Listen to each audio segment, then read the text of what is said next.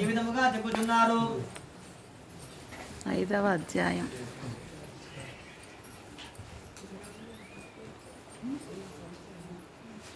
పూర్వము తుంగ ధ్వజనే మహారాజు ఉండేవాడు. అతడు ప్రజలను కన్నబిడ పరిపాలించు ధర్మముగా రాజ్యపాలన చేస్తున్నాడు.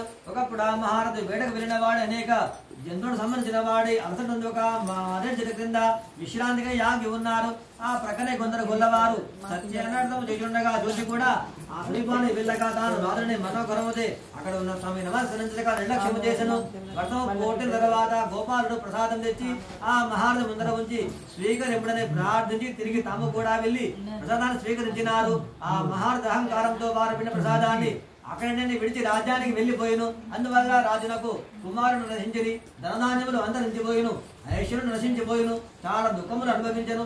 సత్యదేవుని ప్రసాదము తిరస్కరించి వచ్చినడు కనుక ఆయన కోమరు నాకిని అనదపగలదని గ్రహించిన వాడే ఆ గొర్రెలు సత్యదేవుని పూజుడికే నేను కూడా వెళ్ళి ఆ దేవుని ఆరాధిస్తానని మనసును నిశ్చయించుకున్న వాడే ఆ గోపాలుడు చుట్టూ వెతుకుతూ వెళ్ళాను.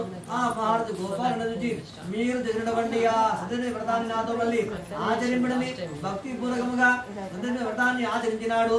ఆ వ్రతంలో క్షమాపణని వేడుకొని తీర్థ ప్రసాదములు స్వీకరించిన వాడే సత్యదేవుని అనుగ్రహానికి పాత్రుడైన వాడే తిరిగి మళ్ళా ఆ మహారాజు రాజ్యవంతుడై దానికి వంతులు పొందిన వాడే పుత్రవంతుడై సర్వసామ్రాజ్యము కలిగిన వాడి చివరికి సత్యలోకమునకు చేరిన వాడాయను.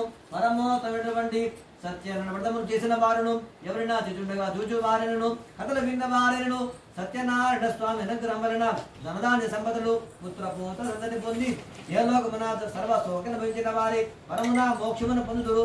ఈ వ్రతమును భక్తి జలతో చేసినచో దరిద్రుడు ధనవంతుడకును బందీ బండవాడు విముక్తుడగును చివరకు సత్యలోకమునకు చేరుదురు. ఇది నిశ్చయము. ఓ మునివరజిలారా మానవులను సర్వ దుఃఖముల నుండి విముక్తులు చేయనటువంటి ప్రభావము గల శ్రీ సత్యనారాయణ వ్రతాన్ని వ్రత విధానమును ఆచరించి ఫలములను పొందిన వారి కథలను మీకు వివరించినాను.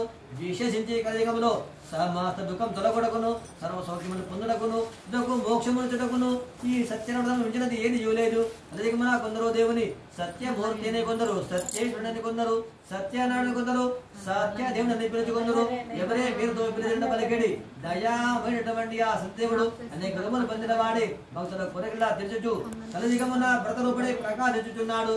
వ్రతము చేయుచున్నప్పుడు దూచినను వ్రత కథలు విన్నను సత్యనారాయణ స్వామి అనుగ్రహం వలన సర్వ పాపములు నశించును అని సుత మహామునుల వారు ఈ అధ్యాయం ద్వారా తెలిపెను. ఇది శ్రీ స్కాంద పురాణే రేవాఖండే సూర్యశివనక సంవాదే సత్యనారాయణ వ్రతకల్ప పంచమోధ్యాయః వ్రతకథా సంపూర్ణః.